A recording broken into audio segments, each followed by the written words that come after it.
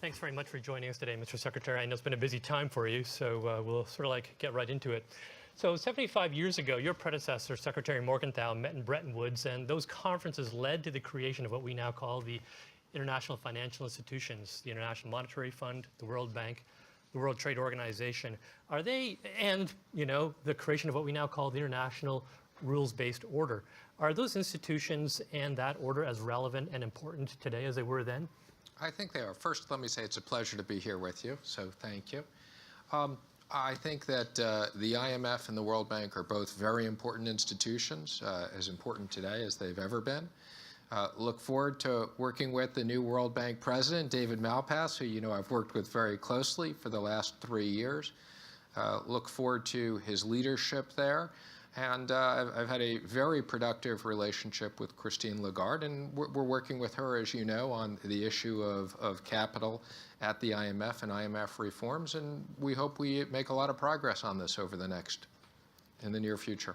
So from this administration, you sometimes hear criticism that globalization has gone too far and these institutions have overstepped the bounds. How do you reconcile that more sort of muscular America, make America first agenda with the continued relevance of these institutions? Well, I think that it both makes sense. What President Trump has said, and he's been very clear on, he's been elected because of the American public and the American worker, and it's his job and our job to support the American economy and the American worker. And we couldn't be more proud. The American economy is the bright spot of global growth. There's plenty of times that it makes sense for us to work with our counterparts and do that through the IMF and the World Bank and other institutions.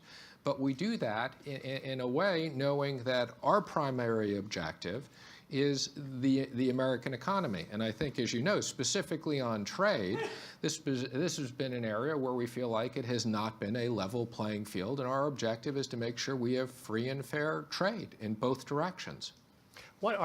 So thinking now about the IMF and the World Bank, what are your priorities for these organizations? You obviously believe they're still relevant. How do they need to change to stay relevant? Well, I think in both of the institutions, we've worked on prioritization, reforms, and capital. So these are important to both organizations. I think the World Bank and the IMF play different roles. There's certain places where they overlap. But I would just say, there's many parts of the world. Start first talking about the World Bank. Obviously, we're looking for significant changes in Venezuela. This is an area where the economy, the people in Venezuela have suffered. I see the World Bank and the IMF as being major parts of rebuilding this. We've been working on trying to reach an agreement with North Korea on something that could be very good for the economy and the people of North Korea. I see these institutions playing an active role there. And if we're successful in working on Middle East peace, this is something that's been going on for a long time, but I think, as a priority, I think, again, the economic agenda in the Middle East, particularly for the World Bank, can play a very significant role. So you've talked about places where World Bank resources could be very helpful, but you've also said in the past that you think that they put some resources where they're not helpful. And you have specifically talked about the World Bank's lending to China, and you'd like to see less of that. Where do we stand with respect to that agenda item? Well, first of all, obviously, we're having very productive discussions with China on a whole range of economic issues. China is the second largest economy in the world. I think we're looking for the World Bank really to help poor countries that don't have access to capital. China has significant access to capital. And we're very focused on debt transparency. This is an issue we've talked to China about and others, and we're focused on both at the IMF and World Bank. We want to make sure that there is proper debt transparency, that where there are investments, again, they're transparent. Does it remain a priority of the Treasury and of the new World Bank president, your former colleague David Malpass, that China graduate out of World Bank development programs? Well, I think we have various different reforms we put in, including on pricing and other things.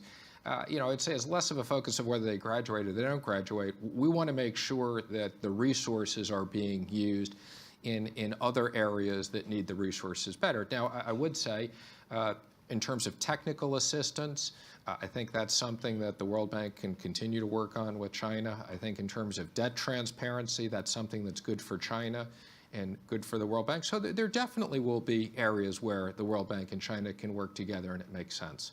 Okay, that's great. Let's talk a little bit about the IMF now. So the IMF and many of its members have for some time felt that the organization needs more permanent capital, i.e. quota. What's your position on that right now? Well, first of all, let me just say, we've been having very productive conversations with Christine Lagarde. I think I have 20 or 30 bilats set up over the next few days, so I look forward to... All with her? No, not all with her. With all of my various counterparts, and this will be one of the things. The first issue we have to reach an agreement on is the size of the balance sheet and the resources. And, we want to make sure that the IMF has the necessary resources, not only for today, but for unforeseen circumstances. And I think that's something we're going to have an agreement on. And then the second issue is kind of what's the structure of those resources. And again, it can be a combination of quota, NABs, and potentially bilateral situations. But are you perhaps a little bit more open to the possibility that a quota increase might be in order? Again, I want to be careful. It would be inappropriate for me to negotiate these things in a broader issue. I would say that we are fully supportive that the IMF has the necessary resources. We don't think it necessarily has to be in quota increases. There's other ways that it can be done. And as the largest shareholder, obviously we have a big interest in this and supporting them. Well, speaking of which, as the largest shareholder, the United States also has a veto. Do you wish to should the United States keep that veto? Of course. We absolutely have no intention whatsoever of giving up the veto. Why is that? Why is that so important? This has been an important issue since the founding of the IMF.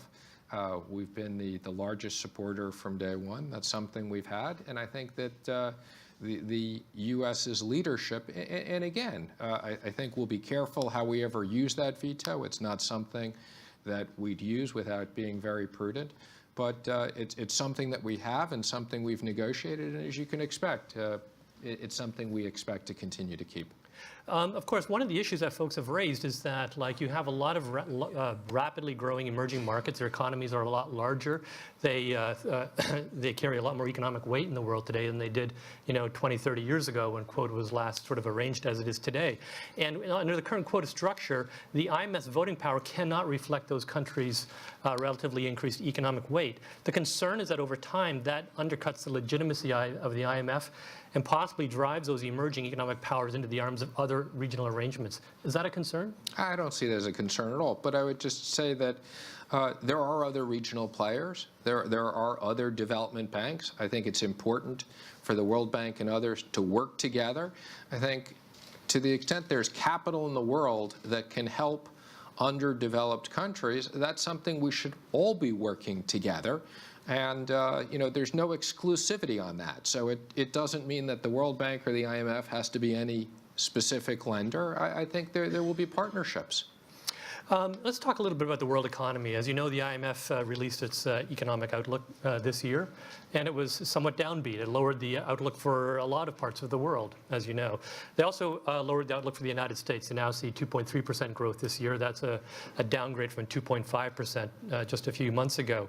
Do you agree? Do you think that the U.S. outlook has gotten a little darker in the last few months? I don't, but let me just, I want to put this in perspective. Sure. First of all, last year, the administration projection was significantly higher than the consensus, whether it was at the IMF or others, and we outperformed it.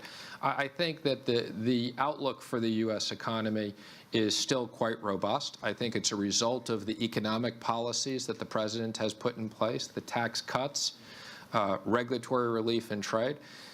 Having said that, there's no question that the U.S. is the bright spot of economic growth, and there's no question, this meeting today versus when I was sitting here 6 months ago in other parts of the world with my counterparts, there's no question that growth outside the United States has slowed down, whether it's in China or whether it's in Europe. And that's something that is going to have some modest impact on U.S. growth. But there's no question that the U.S. continues to outperform the rest of the world. So we just came off of a 2% quarter, the fourth quarter. Forecasters are now looking at another 2% quarter.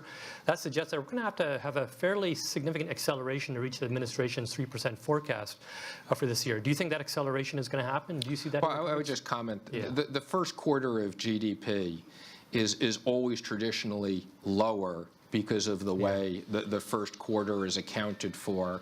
So I wouldn't put too much focus on the first quarter per se. I would say the inflation numbers look very attractive in the U.S. The job numbers continue to look very attractive. The investment numbers, we continue to see a lot of investment coming into the U.S. So we're really focused on overall economic activity, and I expect we'll have robust economic growth for the year. Okay. The IMF says that one of the major reasons for their growth downgrade and one of the continued threats to the outlook is trade tensions, in particular between the U.S. and China. You've obviously been part of the American team meeting with your Chinese counterparts to hammer out a bilateral agreement. Where do we stand? Are we going to have a deal by the informal end of April deadline? Well, President Trump has been very clear in saying to us it's more important that we get this right than we pick an arbitrary date. I can tell you we are literally working round the clock, and when I say round the clock, that's not just an expression. Ambassador Lighthizer and I had a call with the Vice Premier last night that lasted a very long period of time. What did you talk about? We're having many issues, which I'm happy to comment on. Yeah. We have a call scheduled for tomorrow morning. We're alternating between nights and mornings. And let me just comment, I think that Ambassador Lighthizer and the entire team at USTR, and we have an enormous number of people across the interagencies, have really done a great job. If we're able to get this done, and there still are some very significant issues, but if we're able to get this done, this will be the most significant change in the economic relationship with China and the U.S., which will be very good for both countries and will rebalance the trading relationship. Will open up structural changes in the China economy to make them more competitive, which I think will be very good for their growing middle class. And what did you talk about last night? Did you make progress on any of the sticking points? Yeah, I would say we're making a lot of progress, but there's still more work to do. This is, I think there's 7 different chapters addressing very complicated issues. We're literally going line by line through an agreement. We've talked about everything from an enforcement mechanism to an enforcement office. This is a very, very detailed agreement that has dealt with more issues than have ever been dealt with before in the relationship of the 2 largest economies. So I'm cautiously hopeful we can reach an agreement. I'd say we've successfully reached an agreement with Mexico and Canada. We're hopeful that this gets taken up in Congress and passed. Again, very major trading relationships for us. Very important for our economies, our farmers, our workers. You said enforcement office. What would that be? Well, again, we want to make sure that this is an agreement that on both sides is enforced. So we will have a process on both sides with significant resources to focus on issues as they come up. Will it be like a joint office with the U.S. and China contributing? It would be premature for me to comment on the specifics of it, but the reason why I wanted to bring it up was just to emphasize the commitment that both sides have. If we're able to reach an agreement, we understand that this is a very important agreement that ultimately will be signed off on by both presidents, and a very important relationship between the 2 countries. So one issue that's specifically important to Treasury is currency, of course, and I think you and the President have said how it's important that one aspect of this agreement limit the ability of China to devalue for competitive purposes. Can you tell me what you're trying to achieve there and what progress you've made? I think we've made a lot of progress on the currency chapter. I think that this chapter is basically complete. Again, I think it would be inappropriate for me to comment on all the specifics of it, but you've highlighted the most important issue is that there are G20 commitments, whether it's China or other countries. We expect that people will honor their commitments not to devalue their currency for competitive purposes. So, in other words, you have more or less come to an agreement on the currency part of that chapter is pretty much done. And is there an enforcement mechanism to that? There is, and I would say this would be one of the strongest currency agreements we've reached. Would it require some kind of like methodology for I want to be careful. Again, I think we're in the midst of a whole bunch of issues. I want to give you a little bit of color, but again, it would be inappropriate for me to comment on the specifics. So what color would the chapter be, for example? The color of money? Okay, fair enough. Thank you. You've been. We'll take your suggestion and we'll make that a green chapter. It'll be green here. It'll be red in China, I suppose. Like a purple in between, I guess, when the two of you meet. Thinking more broadly, what is the end game with respect to China? You hear some discussion that these economies need to decouple. Think about where we are 5 years from now. If the world unfolds the way the administration wants it to, will the Chinese and U.S. economies be as intertwined then as they are today? Well, I think the number one objective we have across all of our trading partners is that we have fair and free trade, which we believe will lead to balanced trade. I think the United States has a very significant goods deficit. And a big reason for that is in many cases, we have a very free and open market for both goods as well as investments. And many other countries put up barriers to our products. So what we're looking to do is create more free and balanced relationships. I think one of the things that's been very helpful is there's been a lot of investment into the United States for more manufacturing in the United States. But whether it's Europe or whether it's China, we just want to compete fairly. And as the market in China grows, as I said, particularly their middle class, our companies, we believe, will be able to compete very fairly. Agriculture, I think, as you know, is a very big export for the United States. This is something that's very important to China. Medical systems, medical technology, this is something that China needs, as well as many other products for a large growing middle class. All right, so let's continue talking about the economy. Clearly, one of the major factors in where the economy goes this year is monetary policy. The president has said he believes that monetary policy is too tight. The Federal Reserve should lower interest rates. It should resume quantitative easing. Do you agree? Well, I respect the president's views, but I think, as you can appreciate, in my role as Treasury Secretary, it would be inappropriate for me to specifically comment on monetary policy. I meet with Chairman Powell on a weekly basis, and I follow the precedent of other Treasury secretaries. Although we meet and we talk to each other about these issues, I don't publicly comment on them. Do you still trust Chairman Powell to get it right? I do trust Chairman Powell to get it right, but let me just comment. Sure. When one says get it right, okay, whether it's the Federal Reserve or any other central bank or anyone else, the models are never perfect. So one of the things I like is Chairman Powell has consistently said that they are going to be focused on the data. And, I think that's something we're all looking at. Now, the good news is the inflation data right now is very good. We have very low inflation. We have very good jobs. So we'll see how the Fed continues to react. Is Chairman Powell's job safe?